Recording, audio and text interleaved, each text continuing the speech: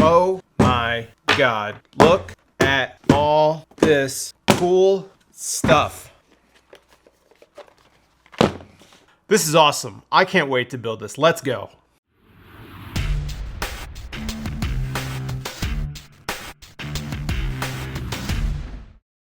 Last year's award-winning PureBase 500 is back with more style, better airflow, and more features. Meet the latest stellar offering from Be Quiet, the PureBase 500 DX. Dressed in black or white, the DX introduces improved airflow through the complete mesh front panel and an eye-catching addressable RGB accent. It retains the same functional yet compact interior layout with room for up to a 360mm radiator, and it does this all for under $100. To learn more, head over to BeQuiet.com or check the link below. Every year on the channel, we do a white build. We've been doing it for 2 or 3 years running now, and this is going to be by far the most powerful one that I have ever done. But over the next couple of weeks, 2 or 3 weeks, maybe a month or so, we're actually going to be doing 2 more white systems for different reasons and different focuses. So if you guys don't want to miss that, make sure you get subscribed to the channel, hit that notification bell down there, and while you're down there, maybe hit that like button too. It definitely does help out a ton. Now, this system in particular, you could probably tell I'm a little bit giddy to get started on it because I am really excited the direction that this one took. Our partners over at ASUS and Thermaltake really came through for us this time, and we might as well just start on this box that I'm holding as close to myself as I possibly can. This is the white version of ASUS's Strix 2080 Ti. Not only are these impossible to find, but they are also absurdly powerful. This is one of, if not the highest clocked 2080 Ti that you can get. It's got amazing overclocking support. The PCB and the power delivery are built for overclocking, and this thing just looks so awesome. It's completely covered in white. The shroud is white, the backplate's white. They even made all like the packing material in this box and stuff white. So definitely super excited to be building with this GPU. Now, with that being said, the rest of our build might not be very practical or logical or reasonable in any way, because I wouldn't suggest that you build it. But that doesn't mean that we can't.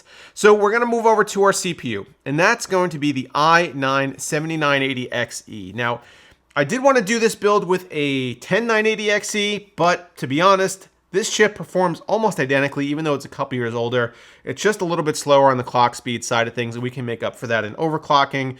Performance basically going to be the same. It's an 18-core Extreme Edition chip from Intel. This was $2,000 when it came out. Now you could probably find them for $700-800. I don't have a 10980XE. This is the next best thing, or I guess the 9980XE would be the next best thing. This is the second to next best thing. Still really, really powerful. Still a monster CPU. To pair with our 7980XE, we're going to go with a board from ASUS. This is their Prime X299 Edition 30 motherboard. Now, it's not a completely white board, and to be honest, it's extremely hard to find one that is like that now. Manufacturers just aren't making them. A lot of them have white accents, white I/O covers, stuff like that, but a fully white board, it just hardly exists anymore ever since like MSI's B360 board for Intel a couple years ago. So we went with the next best thing, and that's a mostly white board, and that's this one. Again, big thank you to ASUS for providing this for this project. This is a limited edition board. It's awesome looking. It's fully featured, great power delivery, great overclocking support for our 7980XE. And man, I am super pumped to even open this box. I have not taken this out of the box yet, and I really want to get working with it. Might as well finish up with our last ASUS product on the table, and that's the cooler. This is the RG Strix LC360 RGB White Edition, all in one liquid cooler. It's a 360mm radiator attached to an Asetek pump and block, and it's all white. The radiator's white, the fans are white, the block top's white. And again, these are hard to find. ASUS, man, you guys came through for me. Thank you so much, and this is going to make this video so much better now that everything is going to match so well. So I'm very excited to use this cooler.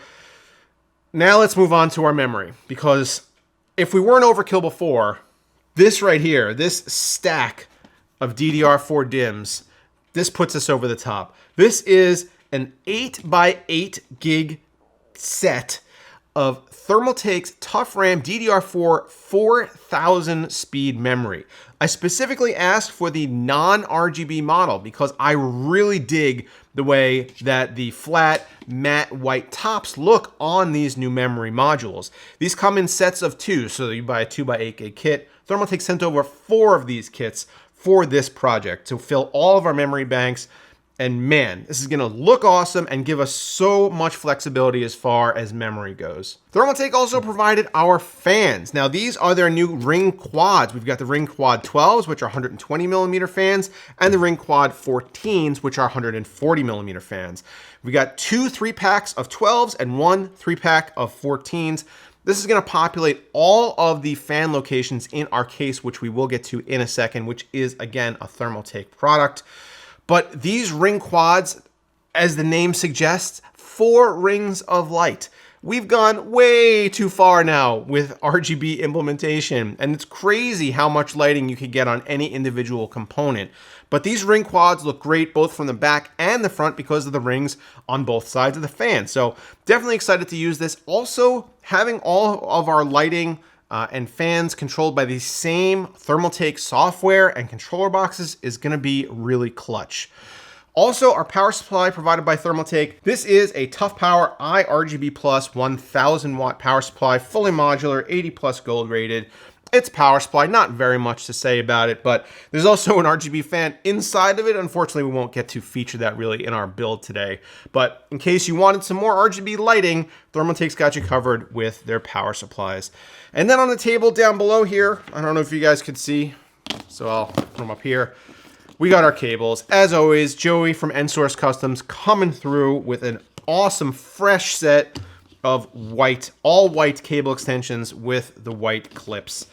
These are gonna look great and match everything in our system super well. White wraps on these also. Go check them out, nsource.net. Joey does awesome work. And then our case, which is not on the table because it is so big, is the Thermaltake View 51 TG Snow Edition. Now, if you guys follow me on social media, you know that one of the reasons that this project is a little bit later than I thought it was going to be initially is because the first one of these that I got was completely shattered into millions of pieces by whichever delivery service it was. So I opened the box up, shook it around, and it sounded like it was just like a sand pit in there, which was crazy. So they had to ship me another one. Thank you very much to Thermaltake for getting that out as quickly as you did. This is going to be a great situation to put all of our hardware in because there's so much room inside. To be honest, this case is really mainly made for custom loops because there's so much room inside for stuff like pumps and reservoirs, but we're not going to be using any of that today. But still, the all white aesthetic is going to go great with our white fans and white everything else. And really, really excited for this whole. I've said the word excited way too many times. Let's just put this thing together. Let's go.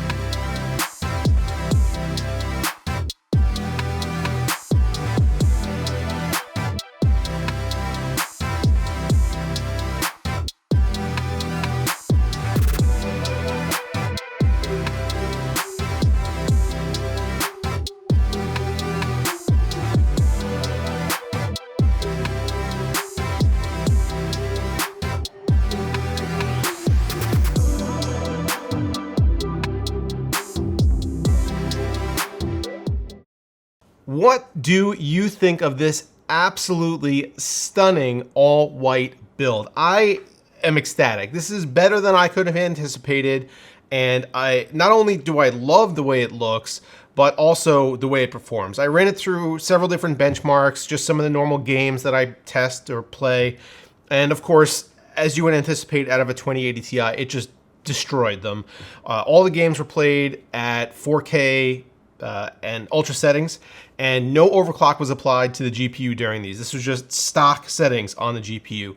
The CPU was overclocked to 4.4 gigahertz all cores, and our cooler had absolutely no issues keeping it at a decent temperature. There are definitely a couple different factors that played into us being able to achieve that kind of an overclock. This case is pretty cavernous, good airflow here. The 200 millimeter fans are drawing in a lot of air from the front. Gaps around all the body panels allow for that hot air to escape. So 4.4 gigahertz, 1.25 volts, all 18 cores, absolutely no problem on a 360 millimeter AIO. The GPU, we did run stock. We could have overclocked it. Like I said in the intro, this is a highly overclockable card. I just didn't really get into it, and I didn't feel like I needed to. The gaming performance was excellent as is. I did make a couple changes from the build as originally planned, I guess. As you could probably tell, I didn't use any of the 140 millimeter ring quad fans.